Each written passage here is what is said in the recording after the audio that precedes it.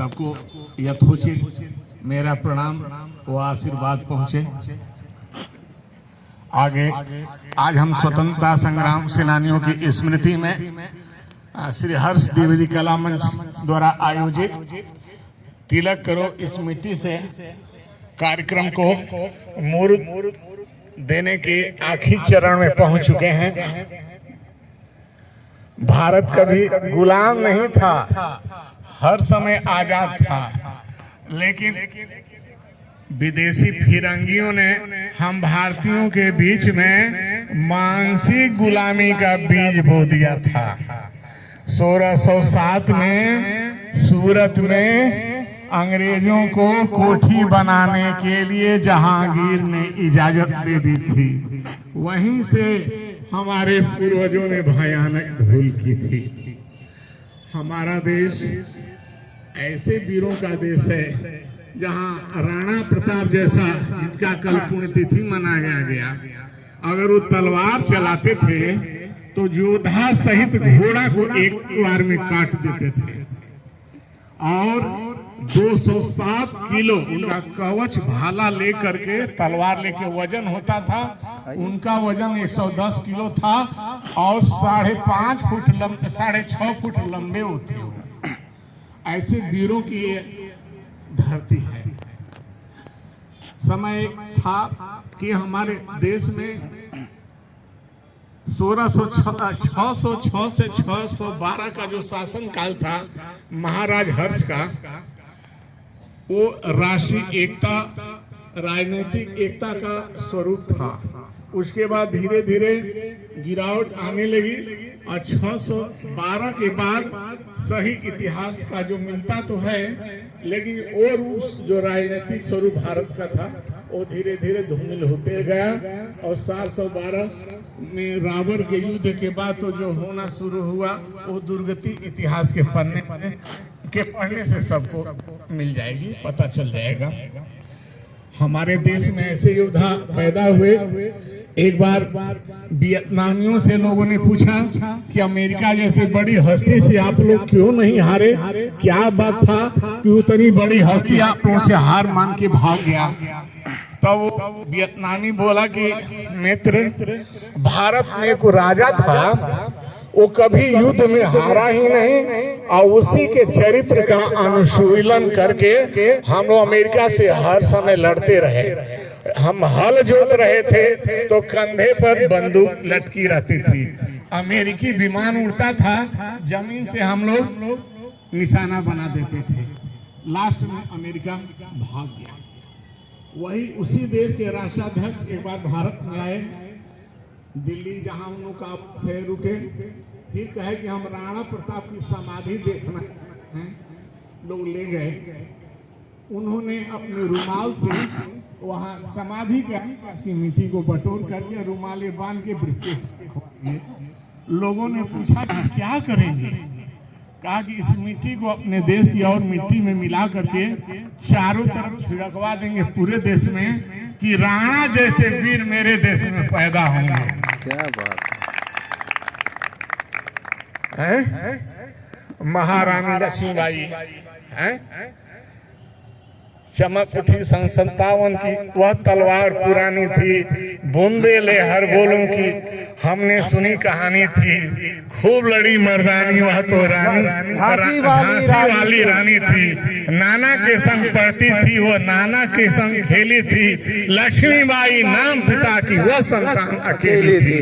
अंग्रेजों से लोहा लेते हुए रणभूमि में आत्मर्पित कर दिया देश के लिए। ऐसी वीरांगनाएं हमारे देश की धरती पर उत्पन्न हुई हैं। जहां तक सवाल है कि 1857 की पृष्ठभूमि पर है, तो तमाम विचारधारा वाले लोग इस पर अपना मत देते हैं। जवाहरलाल नेहरू तो ये कहते हैं कि वो राष्ट्रीय आंदोलन था ही नहीं, वो तो कुछ सैनिक और सामंतों का बगावत था। वो हर समय अंग्रेजों की चमचागिरी में अपना समय गंवाए और उनके बीच कुछ वामपंथी लोग थे। जब किसी जमाने में तलवार के बल पर सलवार खोलवाया जाता था तो वो लोग कहे कि काहे तलवार चलाते हो, हम चुपके से दरवाजा खोल देते हैं, तुम अंदर जो करना है करो, हम हिंदू भी बने रहेंगे। तो देश में एक वामपंथी विचारधारा भी उत्पन्न हो गया। ये लोग भी जो है हमारे देश संस्कृति समाज को बर्बाद किए। लेकिन जब 1857 की स्थिति आई, मंगल पांडे कुछ अपने मित्र सैनिकों के साथ, गाजीपुर बलिया जिला है, वहीं के निवासी हैं। तो देश आजाद हुआ तो सबसे पहले बलिया ही आजाद हुआ। वहाँ के चित्तू पाणे तुरंत कलेक्टर के हाथ से झंडा छीन के यूनियन जैक को फेंक के भारतीय झंडा लहरा दिए थे। उनका नाम चित्तू पांडे का है। उसकी मूर्ति आज भी जो है शहीद पार्क बलिया में लगी है।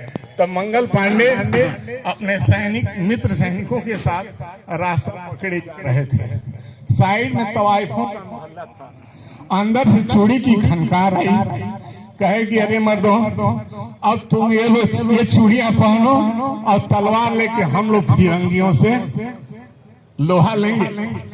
मंगल पांडे को जोश आ गया और बैरक में अपना गए सैनिकों को समझाए। 400 सैनिक थे और शाम का समय तलवार और लोडेड गन लेकर के अफसरों के आवास के सामने खड़ा हो गए और उनके पीछे 400 सैनिक थे। वो लोग आग, अफसरों के आवास में आग तो लगा दिए, तीरों में आग बांध करके चिंगारियां उनके घरों में फेंके। एक अफसर आया, देखा तो भाग गया। दूसरा अफसर अपने बेटे के साथ आया, पापा मत बढ़िए आगे, उसके पास नंगी तलवार है और लोडेड गन है। अंग्रेज बोला कि मैं मर जाऊंगा तो मेरा काम तुम पूरा कर देना। वो 400 सैनिक लोग मंगल पांडे का साथ नहीं दे रहे थे, लेकिन अंग्रेजों का भी हुक्म नहीं माने। वो अफसर कहा कि इसको जल्दी पकड़ो, लेकिन उनको पकड़ने नहीं आया। उसी समय एक पता नहीं कहाँ देशद्रोही बागी था, पलटू, उससे पलटू उसका नाम था। वो पीछे से आके मंगल पांडे के कमर को पकड़ दिया और उसको क्षति नहीं पहुंचाना चाहते थे, लेकिन झटका दिए, खुद गिर गए। तलवार थी, पांडे जी का शरीर लथपथ हो गया। कहने को तो बहुत कहते हैं, लेकिन कहा जाता है कि उन्होंने गोली चला दी, कई अफसर मारे गए। ये आगे चल करके मेरठ तक पहुंचा। वहां की छावनी में मेरठ के जवान बहादुर शाह जफर द्वितीय या मुगल सम्राट जो आखिरी के यहाँ जाके रिक्वेस्ट किए कि आप नेतृत्व संभालिए, हम आपका साथ देंगे और फिरंगियों को हम लोग जो 1 सप्ताह में देश से भगा देंगे। बादशाह सलामत बोले कि अरे मेरे पास वेतन देने के लिए कुछ नहीं है, पेंशन बंद हो गया, कहाँ से तुम लोग को देंगे हम। उन्होंने कहा कि हम आपको सब ला के देंगे, सब आपसे लेंगे। उन्होंने नेतृत्व कमान संभाला। कानपुर से नाना साहब थे, अब्दुल वकील, तमाम जो है नेतृत्व उनके नेतृत्व को स्वीकार किए। बहादुर शाह जफर अपनी पगड़ी उतार करके दरी पर रख दिए। जो सिंहासन पर बैठते थे वो कालीन पर बैठ गए और कहे कि भाई हम लोग सब मिलके फिरंगियों को देश से भगाएं। इसके बाद हम लोग एकजुट होकर के किसी को एक नेता मान के देश का शासन करेंगे। कमल का फूल और रोटियों के माध्यम पूरे में घूम घूम के प्रचार प्रसार हुआ। लेकिन जो 10 मई जो नियत किया गया था आंदोलन का दिन, उसके पहले ही जोश में होश खो दिए लोग और संगठन जो था एक साथ काम करने वाला था, भिन्न भिन्न खंड रूप में चला। कई सिख लोग जो है मुगलों को फूटी आंख से देखना पसंद नहीं करते थे, वो लोग अंग्रेजों का साथ दिए। ये भी असफलता का कारण रहा। बहुत देसी राजा थे कि अगर हम बादशाह का साथ देंगे तो हमारा सारा कुछ चला जाएगा, अंग्रेज छीन लेंगे। आई लो तो सफल नहीं। और इस तरह से 1857 के स्वतंत्रता आंदोलन को कुछ लोग गदर कहते हैं, कुछ लोग सैनिक विद्रोह कहते हैं, कुछ लोग कहते हैं कि नहीं ये असंतुष्ट जमींदार राजाओं के आक्रोश का परिणाम था। लेकिन मैं ये जानता हूँ, मेरा विचार है कि उसी दिन से देश में स्वतंत्रता, समानता और बंधुत्व का अंकुरण हो गया।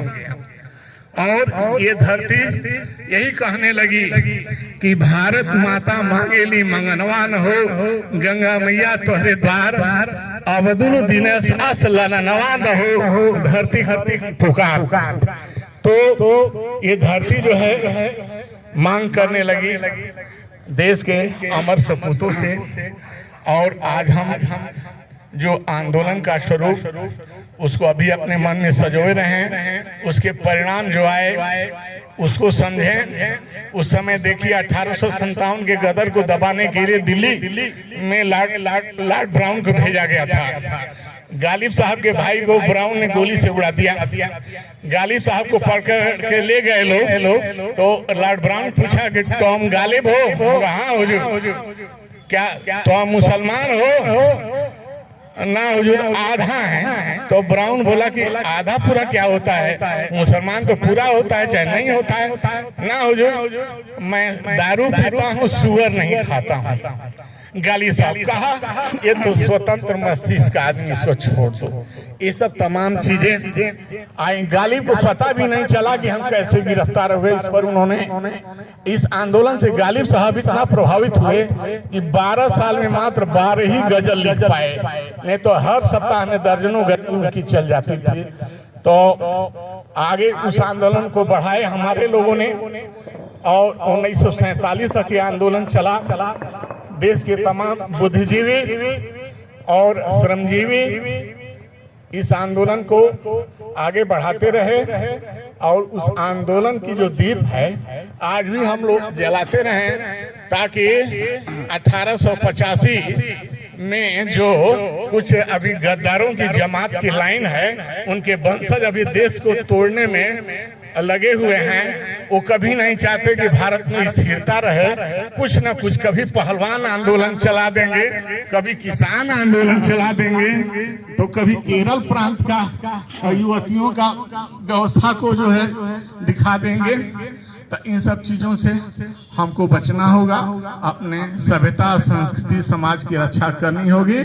और इसी का आज भी फिर हम लोग वचन लें कि हम लोग पहले राष्ट्रवादी हैं, तब हम किसी विचारधारा के हैं, किसी पार्टी विशेष के हैं, किसी वर्ग विशेष के हैं। इन्हीं के साथ अमर समय शहीद को मैं सशक्त नमन करता हूं और अपनी वाणी को विराम देता हूं।